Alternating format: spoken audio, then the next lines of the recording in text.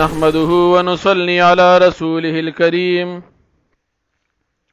أما بعد فأعوذ بالله من الشيطان الرجيم. بسم الله الرحمن الرحيم. يسألونك عن الأنفال قل الأنفال لله والرسول فاتقوا الله وأصلحوا ذات بينكم وأطيعوا الله ورسوله إن كنتم مؤمنين. إنما المؤمنون الذين إذا ذكر الله وجلت قلوبهم وإذا تليت عليهم آياته زادتهم إيمانا وعلى ربهم يتوكلون. الذين يقيمون الصلاة ومما رزقناهم ينفقون أولئك هم المؤمنون حقا لهم درجات عند ربهم ومغفرة ورزق كريم. كما أخرجك ربك من بيتك بالحق وإن فريقا من المؤمنين لكارهون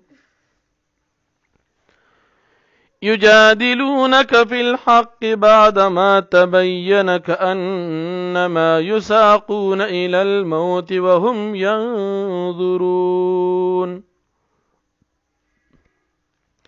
وإذ يعدكم الله إحدى الطائفتين أنها لكم وتودون أن غير ذات الشوكة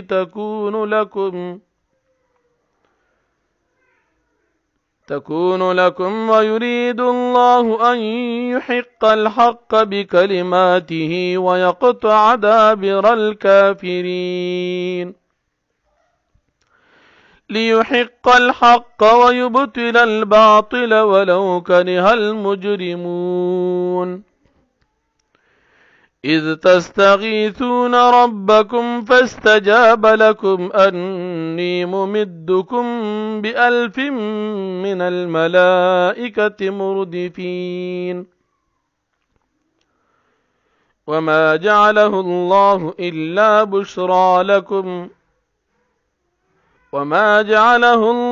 إلا بشرى ولتطمئن به قلوبكم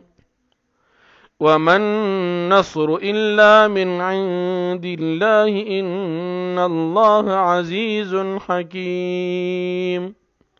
صدق الله العظيم. سورة الانفال نهم پارا اولنی آیاتون دی. یسألونکا دی تپوس کیستانے پیغمبر علیہ السلام عن الانفال پبارا د غنیمت د مال کی. قل تو فرمائے پیغمبر علیہ السلام الانفال للہ د غنیمت مال د اللہ د پارا دی والرسول د پیغمبر د اللہ د پارا. فاتقوا اللہ پستاسو یریگی د اللہ پاکنا. وَأَصْلِحُوا ذَاتَ بَيْنِكُمْ او صلح کوي په خپل منځ کې یعنی خپل منځ کې تعلقات صحیح ساتي. وَأَطِيعُوا اللَّهَ او تاسو تابعداریو کې د الله پاک او رسول او د رسول داغو. ان کنتم مؤمنین کچری تاسو مؤمنان یې. انما المؤمنون الذين یقینا مؤمنان ها کسان دي اذا ذکر الله کله چې ذکر وکړي شي د الله پاک کله چې الله پاک یاد کړی شي. وجلت قلوبهم یریږي زړونه د دوی واذا تلیت علیهم آیاته او کله چې ولوستي شي په دوی باندې آیاتونه د قران کریم. زادتهم ایمانا نو زیات کی د دوی د پاره د آیاتنا ایمان د دوی ایمان د دوی مضبوط شي وعلى ربهم يتوکلون او په خپل رب باندې دوی توکل ساتي الذين يقيمون الصلاة مؤمنان ها کسان دي چې دی منځونه قائمي ومما رزقناهم ينفقون او دا غمال نه چې موږ ورکړي دوی ته دوی خرج کوي د الله پاک په لار کې اولئک دا کسان چې دي هم المؤمنون حقا دا مؤمنان دي رښتونی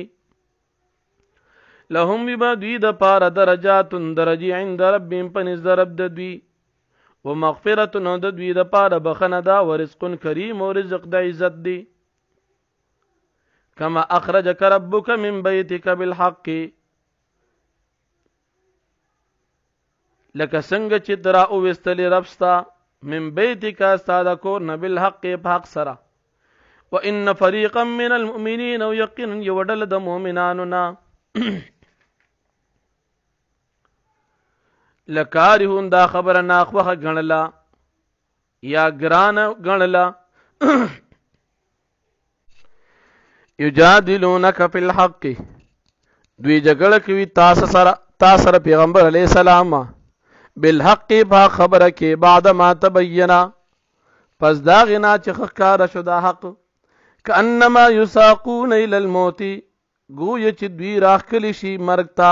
یا شړل شي مرګ طرف ته وهم ينظرون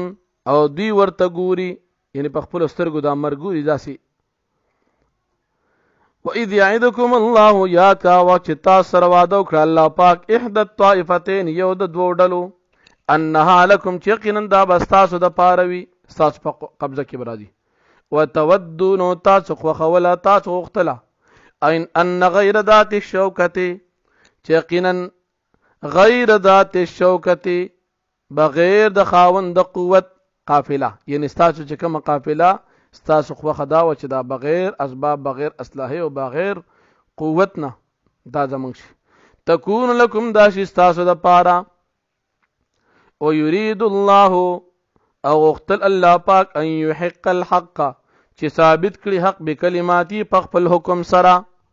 ويقطع دابر الكافرين او کټ کی جړړي د کافرانو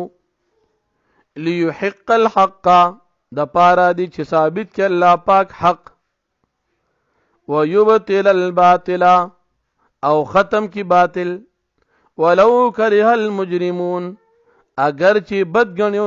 نخ وخوي المجرمون کافران مجرمان دا کافران دا نه غواړي چې حق غالب شو باطل ختم شي اذ تستغيثون ربكم یاد کا وخت تاسو پر یاد وکړ خپل رب ته فاستجاب لكم پس قبول کړه دغه فریاد او دا دعا تاسو الله پاک انی ممدکم یقینا زبستاس امداد کوم بالف من الملائکه فزرو فرشتو سره مردفین چې یو بل پسې براتلون کی وی وما جعله الله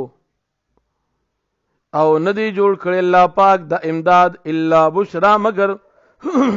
زیری ستاسو د پارا ولتطمئن به قلوبکم او د پارا دی چې مطمئن شي پدی باندې ستاسو زړونه ومن نصر او ند امداد د الله پاک او ند امداد الا من عند الله مگر د طرف د الله پاک ندی ان الله بشک الله پاک عزیز غالب دی حکیم حکمت والا ذات دی